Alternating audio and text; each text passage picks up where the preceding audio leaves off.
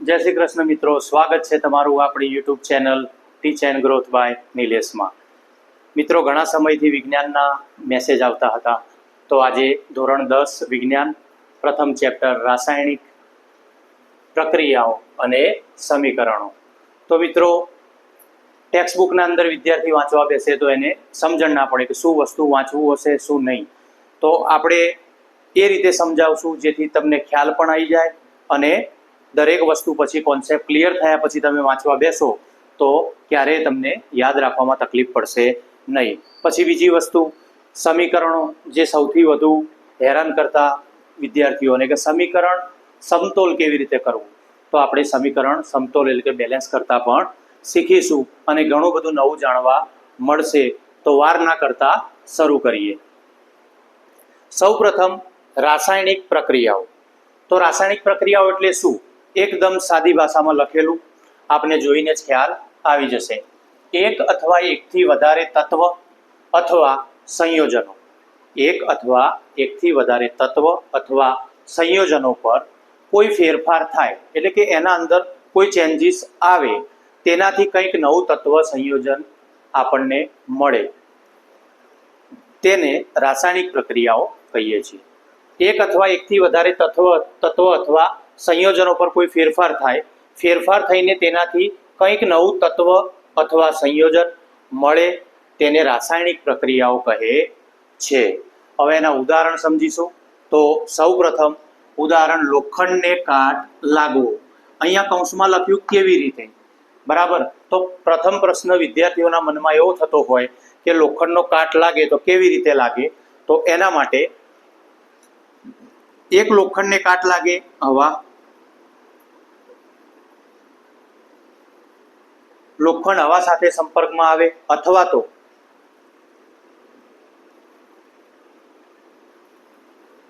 ભેજ સાથે સંપર્કમાં આવે એટલે એને કાટ લાગે છે મિત્રો. એવી જ રીતે બીજું ઉદાહરણ જોઈએ તો દૂધનું બગડવું. દૂધ બગડે, આપણને ખ્યાલ જ હશે કે દૂધ આપણે લાવીએ તો શું કરીએ, ગરમ કરીએ, પછી ફ્રીજના અંદર એટલે કે કોઈ પણ ઠંડામાં મૂકી દઈએ જેથી લાંબા સમય સુધી તેને ટકાવી શકાય. પણ જો દૂધને ખુલ્લામાં મૂકી દો તો તેના અંદર પણ રાસાયણિક પ્રક્રિયાઓ થાય અને દૂધ ફાટી જાય એટલે કે બગડી જાય છે. પછી ત્રીજા નંબરે દ્રાક્ષનું આથવણ થવું, એ પણ રાસાયણિક પ્રક્રિયા. અને આપણા શરીરમાં થતું ખોરાકનું પાચન. આપણા શરીરમાં જે પણ ખોરાક આપણે ખાધો તેનું પાચન થયું તો એ શેના દ્વારા થયું? રાસાયણિક પ્રક્રિયા દ્વારા થયું. તેનાથી આગળ, રાસાયણિક પ્રક્રિયા દરમિયાન થતા ફેરફાર. રાસાયણિક પ્રક્રિયા થાય ત્યારે અમુક ફેરફાર એના અંદર થાય, જેમાંથી 4 ફેરફાર આપણે વારાફરતી સમજીશું. અને આગળ જતા આપણી ટેક્સ્ટબુકના અંદર મેગ્નેશિયમની પટ્ટીવાળો પ્રયોગ હશે અને ઝીંક ધાતુવાળો પ્રયોગ હશે. એ બંને પ્રયોગના અનુસાર આ ચારે ક્યાં લાગુ પડે તે ઉદાહરણ સાથે સમજાવીશ. જ્યાં પણ આવતો હશે આ બંને પ્રયોગમાંથી કોઈ વસ્તુ તો સમજાવી દઈશ, જે નહીં આવતું હોય એ અલગથી ઉદાહરણ આપીને પણ આપને સમજાવી દઈશ. તો શરૂ કરીએ.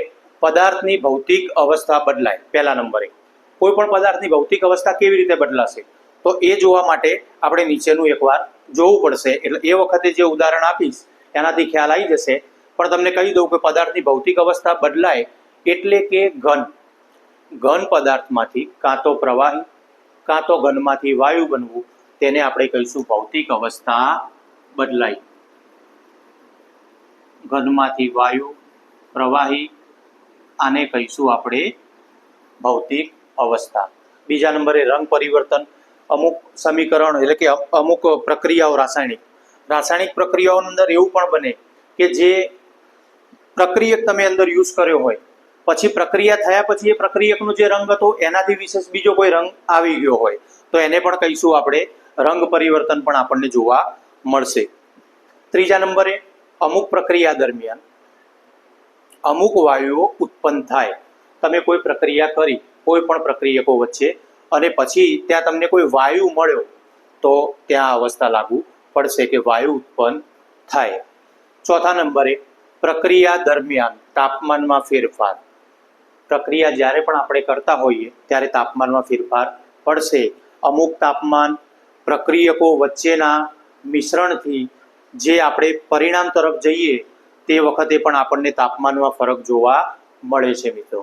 હવે આપણે આગળ જોઈશું, તમે ટેક્સ્ટ બુકના અંદર જોશો તો મેગ્નેશિયમની પટ્ટી જે તમે સાંભળેલું જ હશે, તેનો પ્રયોગ પણ આપેલો, એ પ્રયોગ આપણે સમજી લઈશું. મેગ્નેશિયમની પટ્ટી શું છે, તેનો ઉપયોગ શું છે.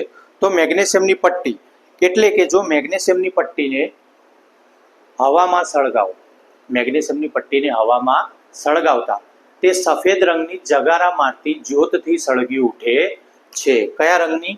સફેદ રંગની મેગ્નેશિયમની પટ્ટીને હવામાં સળગાવતા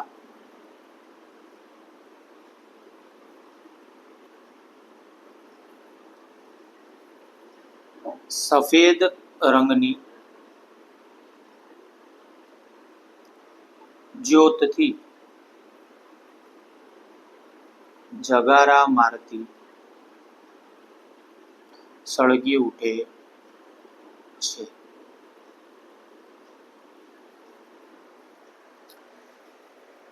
આના અંદર એ પણ ધ્યાન રાખવું, મેગ્નેશિયમની પટ્ટી જ્યારે હવામાં સળગાવતા જગારા મારતી સફેદ રંગની જ્યોતથી સળગે ત્યારે આપણે એની સામે જોવું નહીં, કેમ કે તેનાથી આપણી આંખને પણ નુકસાન થઈ શકે છે. એટલા માટે ખૂબ જ ધ્યાનપૂર્વક આ વસ્તુ કરવી જોઈએ. હવે આગળ જોઈએ, જ્યારે મેગ્નેશિયમની પટ્ટીને આપણે હવામાં સળગાવી તો હવામાં સળગાવ્યા પછી અગ્નિ સાથે એની પ્રક્રિયા થઈ તો સફેદ જ્યોતથી સળગી ઉઠી.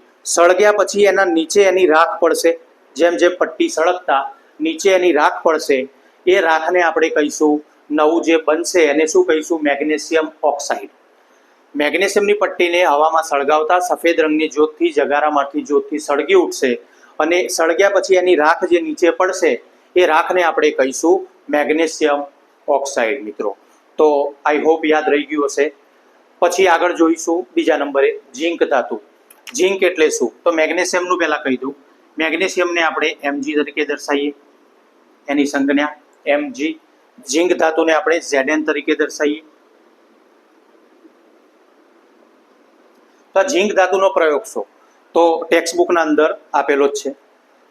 ઝીંક ધાતુના અંદર એક આપણે કોનિકલ ગ્લાસ લઈએ. કોનિકલ ગ્લાસ એટલે કે આ રીતનો કાચનો ગ્લાસ હોય, ઉપર આ રીતનો શેપ હશે એનો. એ કોનિકલ ગ્લાસના અંદર મંદ સલ્ફ્યુરિક એસિડ ઉમેર્યો, મંદ સલ્ફ્યુરિક એસિડ ઉમેર્યો અને મંદ HCl ઉમેર્યો. લખીને બતાવો.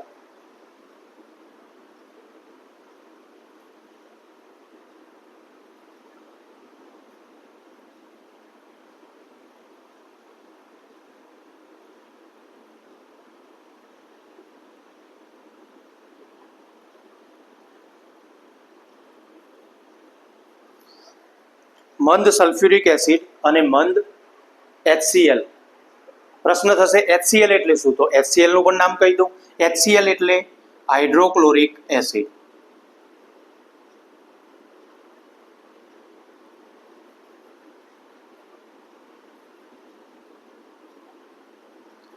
આ બંને આપણે કોનિકલ ગ્લાસના અંદર ઉમેર્યા.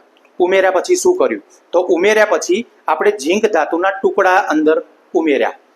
ઝીંક ધાતુના ટુકડા ઉમેરતા મંદ સલ્ફ્યુરિક એસિડ, મંદ HCl એટલે કે હાઇડ્રોક્લોરિક એસિડ અને ઝીંક ધાતુના ટુકડા ત્રણેય વચ્ચે પ્રક્રિયા થઈ અને તેમાંથી એક નવા વાયુનું નિર્માણ થશે. જે વાયુ ઉત્પન્ન થાય તેનું નામ હાઇડ્રોજન.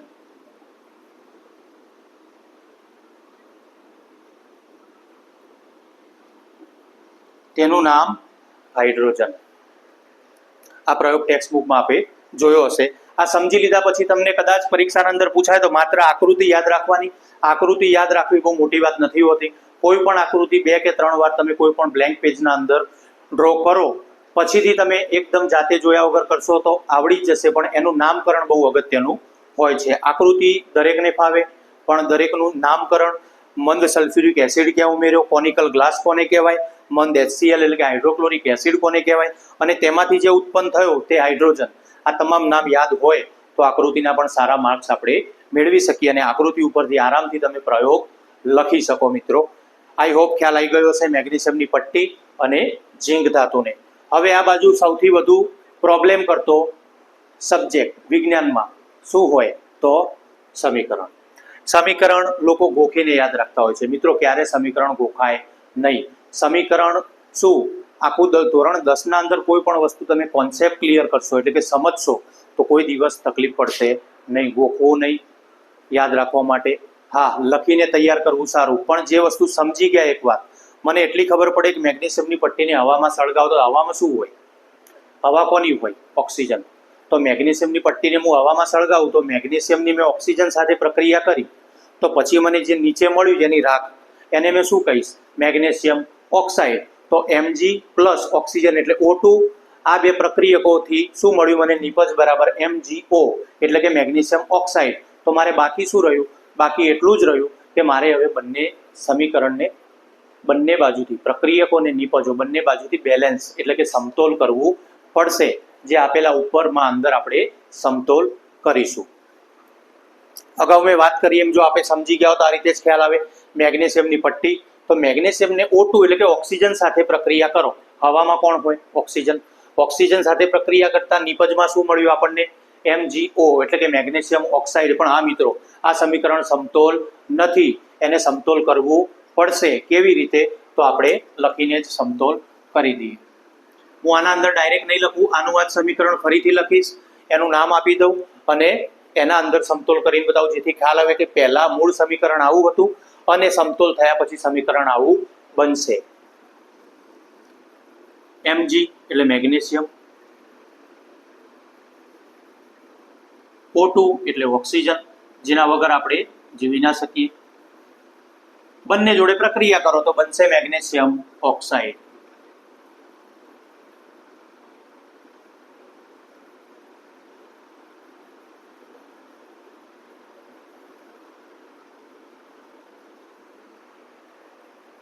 ચલો શરૂ કરીએ સમતોલ કરવાનું.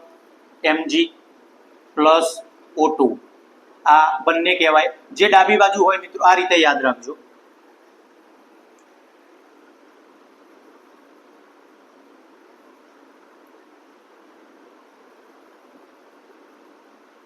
ડાબી બાજુ હોય પ્રક્રિયકો, પ્રક્રિયા કરવાથી મળશે તે નિપજો. આ રીતે યાદ રાખજો, ભૂલાય નહીં. પ્રક્રિયકો સાથે પ્રક્રિયા કરવાથી શું મળે, નિપજો મળે. Mg પ્લસ O2 એના સાથે પ્રક્રિયા કરવાથી મળ્યા MgO. MgO મળ્યા. હવે આપણને શું લાગે, કોઈ કે Mg એક જ છે, Mg એક જ છે, બંનેના પરમાણુ એક તો સેમ જ છે, ના. O2 ઓક્સિજનના બે પરમાણુ O2, અહીંયા ઓક્સિજન જો એક જ છે, અહીંયા બે હોય તો અહીંયા પણ બે કરવા પડે. બે કરીશું તો કોઈ પણ યાદ રાખજો, ક્યારે પણ બેલેન્સ કરવા માટે નીચે લખતા નહીં, એને બેલેન્સ કરવા માટે એને આગળની સાઈડ લખવું પડશે. તો ઓક્સિજનના બે પરમાણુ માટે આપણે લખી દીધા બે અહીંયા. હવે થયું શું, તો ઓક્સિજન બેલેન્સ થઈ ગયો, પણ સામે શું થયું, Mg અહીંયા એક હતો, અહીંયા પણ એક હતો, પણ અહીંયા ઓક્સિજન બે કરવા માટે Mg પણ બની ગયા બે. શું કરીશું, કંઈ નહીં કરવાનું, આ બે થયા, આને પણ કરી દો બે, થઈ ગયું બેલેન્સ. આઈ હોપ ખ્યાલ આવી ગયો હશે. ફરી આગળ કરીએ. H2 હાઇડ્રોજનની ઓક્સિજન સાથે પ્રક્રિયા કરો તો મળશે જેના વગર જીવી ના શકાય, પાણી. H2 એટલે હાઇડ્રોજન,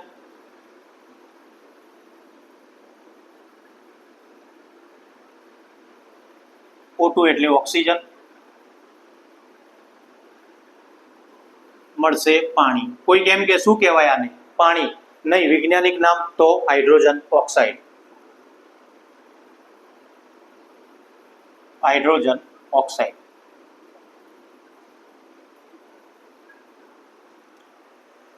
આને બેલેન્સ કરશું કેવી રીતે થશે, તો જો H ના બે, O ના બે, H ના બે, H ના બરાબર, O ના એક જ છે. તો અહીંયા O2 સેટ કરવા માટે શું કરીશું, અહીંયા મૂકીશું બે, અહીંયા મૂકીશું બે. અહીંયા બે મૂકવાથી શું થયું, તો O તો બે થઈ ગયા, પણ H2 2 ગુણ્યા 2, 2 દુ કેટલા થયા, 4. તો આ H ને બે બાજુ સેટ કરવાથી અહીંયા પણ કરી દો બે, થઈ ગયું બેલેન્સ. હાઇડ્રોજનની ઓક્સિજન સાથે પ્રક્રિયા કરવાથી મળ્યું પાણી, હાઇડ્રોજન ઓક્સાઇડ. હવે આગળ જોઈશું મિત્રો દળ સંચય અનુસાર. તો દળ સંચય અનુસાર એટલે કે દળ સંચયના નિયમ અનુસાર એક વસ્તુ કહી દઉં, યાદ રાખજો કે કોઈ પણ દ્રવ્યનું કોઈ પણ દ્રવ્યનું સર્જન કે વિનાશ શક્ય નથી. કોઈ પણ દ્રવ્યનો સર્જન કે વિનાશ શક્ય નથી. એના અનુસાર તો પ્રક્રિયકો અને નિપજોનું દળ બંને બાજુ સમાન જોઈએ, જે આપણે આ કર્યું સમતોલ કર્યું બેલેન્સ. તો પ્રક્રિયકો અને નિપજોનું દળ બંને બાજુ સમાન, બંને બાજુ સરખા પરમાણુ હોવા જોઈએ. અહીંયા સરખા નતા તો અહીંયા બે ઓક્સિજનના સરખા કર્યા તો હાઇડ્રોજનના વધી ગયા. કંઈ વાંધો નહીં, આ બાજુ સામે વધારી દીધા, બંને બાજુ થઈ ગયું બેલેન્સ. હાઇડ્રોજન 2 દુ 4, ઓક્સિજન 2, હાઇડ્રોજન 2 દુ 4, ઓક્સિજન 2, બંને બાજુ બની ગયું બેલેન્સ. Mg માં O2 2 હતા, અહીંયા 1 હતો તો 2 મૂક્યા, O2 2 બની ગયા, પણ સામે Mg 2 થઈ ગયા, અહીંયા 1 હતો, અહીંયા પણ 2 મૂક્યા તો Mg 2 O2 2, Mg 2 O2 2 બની ગયા, બંને બાજુ બેલેન્સ. તે જ રીતે એક વસ્તુ આવશે, આને કહીશું Zn, ઝિંક, જે મેં આગળ બતાવ્યું હતું. ઝિંકની પ્રક્રિયા કરીએ HCl એટલે કે hydrogen chloride, hydrochloric acid, sorry, ઝિંકની પ્રક્રિયા કરીશું હાઇડ્રોક્લોરિક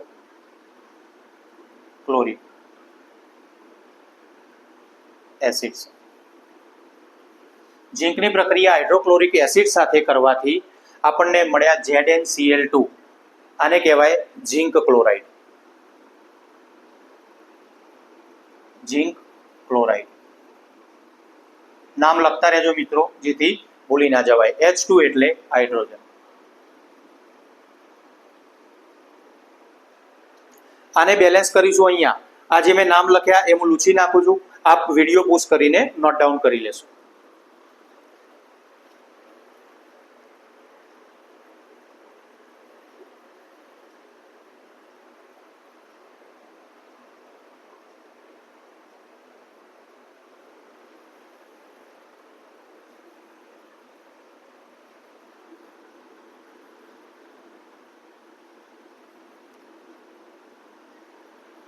અહીંયા જોઈએ તો Cl 2, હાઇડ્રોજન 2, H 1. શું કરીશું? અહીંયા 2 છે, અહીંયા 1 જ છે, 2 મૂક્યા, આ 2 મૂક્યા, આ પણ 2 થઈ ગયા, બેલેન્સ. Cl Cl2 H2 તો H2 બંને થઈ ગયા બેલેન્સ. એક વસ્તુ સમજાવવાનું રહી ગયું, આપને પ્રશ્ન થતો હશે S, AQ, G, પછી L, આ શું છે? તો અહીંયા લખું, કદાચ આગળ આપ સમજ્યા કે ના સમજ્યા ખ્યાલ નહીં, પણ મને યાદ આવ્યું એટલે આ લખીને સમજાવી દઉં. ઘન, પ્રવાહી, વાયુ, જલીય, દ્રાવણ.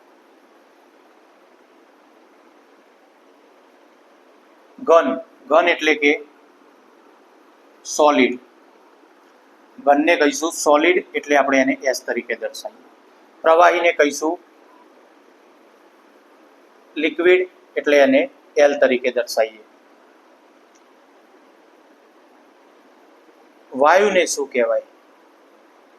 વાયુને કહીશું ગેસિયસ સ્ટેટ. શું કહેવાય? ગેસિયસ સ્ટેટ એટલે એને G તરીકે દર્શાવ્યું. અને છેલ્લે આવશે જલીય દ્રાવણ. જલીય દ્રાવણને aqu સોલ્યુશન. શું કહીશું મિત્રો? aqu સોલ્યુશન એટલે શોર્ટમાં એને AQ તરીકે દર્શાવીએ છીએ. જલીય દ્રાવણ કોને કહેવાય? તો જલીય દ્રાવણ એટલે પાણીમાં મિશ્ર થાય તેને.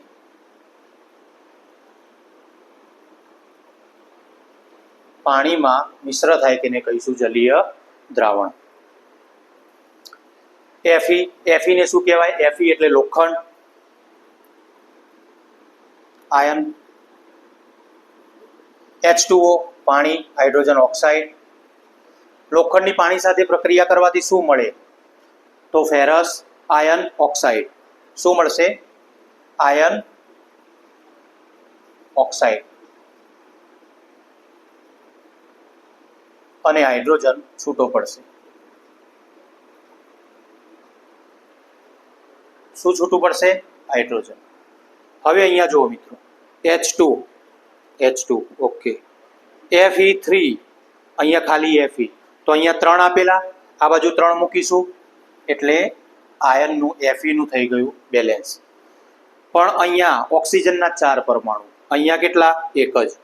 તો અહીંયા 4 છે તો અહીં 4 કરવા માટે મૂક્યા 4 કર્યા, ઓક્સિજન 4 થઈ ગયા, Fe3 થઈ ગયા, બરોબર. પણ 4 દુ 8, હાઇડ્રોજન કેટલા બની ગયા?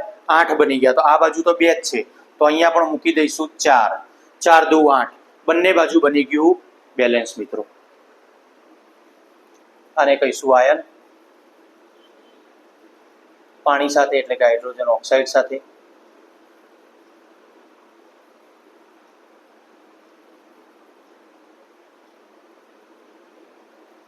બનશે આયન ઓક્સાઇડ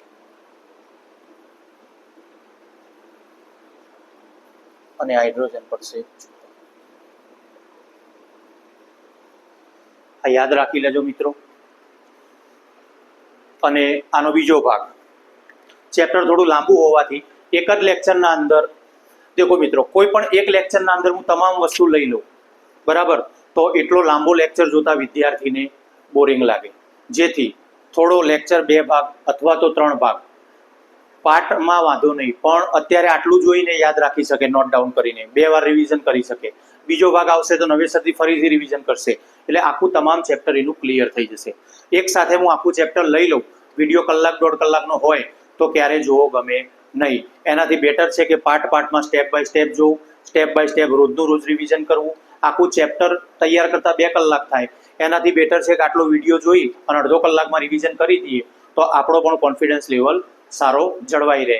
10માના અંદર એક જ વસ્તુ ધ્યાન રાખવી મિત્રો, તમારે કોન્સેપ્ટ ક્લિયર જોઈએ. કોઈ પણ વસ્તુ સમજ્યા વગર ક્યારેય તૈયાર કરવી નહીં.